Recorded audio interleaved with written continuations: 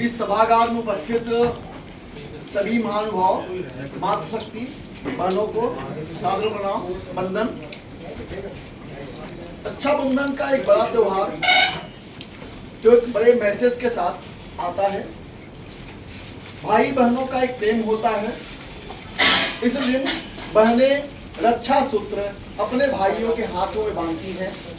भाई उनकी रक्षा करने का संकल्प लेता है। रक्षाबंधन एक छोटा सा त्योहार नहीं है, ये बहुत बड़ा त्योहार है। रक्षा भाई करना चाहता है अपने बहन की, केवल बहन की नहीं, आप इतिहास में कई उदाहरण आपको मिलेंगे जहाँ बहनों ने राखी भेजी है राजाओं को, उन्होंने आके उस विपत्ति काल में उस बहन की रक्षा की।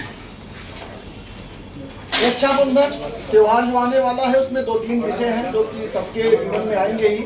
आजकल जितने भी त्योहार आ रहे हैं वो 2 तारीख को पड़ जा रहे हैं। 31 तारीख को है, फिर इसमें भद्रा पड़ेगा, अलग अलग समय, या जो भी त्योहार भी आ रहे हैं उसमें 2-2 तिथियां हो जा रही हैं। मैं आपको बताना चाहूँगा वो 2 तिथियां नहीं हो रही हैं। हमारे सनातन धर्म में हमारा पंचांग चलता है और पंचांग तिथियों के हिसाब से चलता है। सूर्योदय के बाद से गणना चालू होती है, तिथियों के हिसाब से हमारा पंचांग सब कुछ तय करता है। लेकिन हम क्या करते हैं, हम तो अंग्रेजी कैलेंडर को फॉलो करते हैं। अंग्रेजी कैलेंडर में उसकी अलग तारीख है। हमारे यहाँ तो एक से चालू होके 14, फिर अमावस्या और पूर्णिमा, ऐसे तो है। 30 तारीख 31 तारीख तो आती नहीं, 1 से चालू होके 14, पूर्णिमा, अमावस्या, इस तरीके से हमारा कैलेंडर हमें बताता है। और हमारा कैलेंडर जो हमारा जो पंचांग है उसकी सटीक गणना देता है। आज तो हम चंद्रमा पे ही पहुंच गए हैं, लेकिन कब क्या होना है, कब चंद्र ग्रहण लगना है, कब सूर्य ग्रहण लगना है, उसकी गणना उस पंचांग में है। आप इस कैलेंडर को आप देखो, कैलेंडर में आपको क्या मिलेगा और पंचांग में क्या मिलेगा।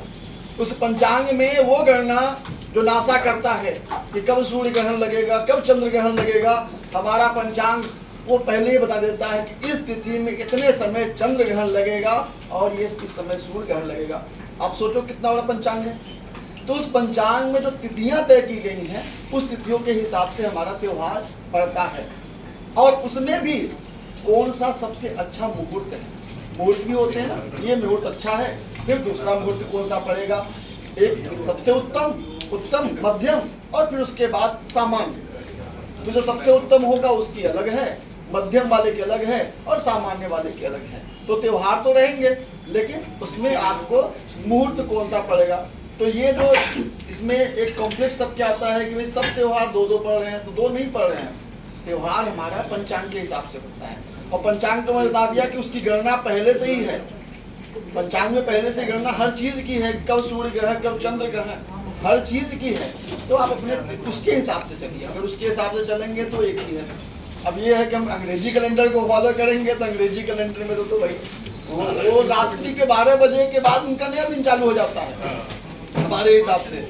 और चूंकि उनके हिसाब से नया दिन चालू होता है, पर हमारी जो पृथ्वी तो गोल है, घूम रही है, और पृथ्वी के हिसाब से सूर्य तो अपनी जगह है, पृथ्वी घूम रही है। तो घूमते घूमते जो वहाँ पहुँचती तो उनके हिसाब से वो जो सूर्योदय वहाँ हो रहा है, हमारे लिए उस समय रात्रि होती है और रात्रि से उनका कैलेंडर 12 बजे के बाद चेंज हो जाता है।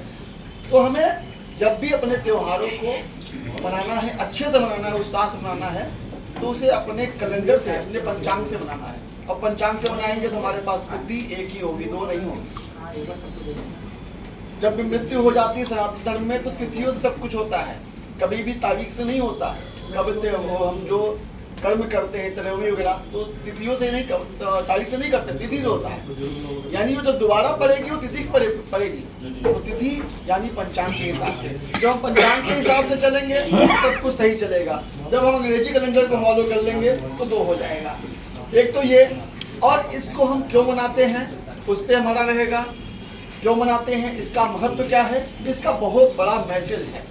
इन सब चीज़ों को उस वेबिनार में पूरा प्रयास करेंगे पंडित जी के जरिए कि क्या इनके बीच में कौन सा अच्छा मुहूर्त होगा, किस मुहूर्त में मनाने के लिए हमारी बहनों के लिए उपयुक्त होगा और इसके क्या महत्व है। सारी इवेंट पर जितने भी चीज़ें होंगी उस पर एक चर्चा हो जाएगी। और मैं तो सभी से अनुरोध करूंगा उस वेबिनार में यहाँ पे जो भी है आप सभी शामिल होइए, एक परिचर्चा होगी खुले मन से, जिससे हम एक दूसरे को अपने विचारों से अवगत कराएंगे और विचारों से अवगत कराएंगे तो जो सही होगा उसका हमारे पास निचोड़ आ जाएगा। इसी के साथ मैं अपनी वाणी को विराम देता हूँ। जय हिंद, जय भारत।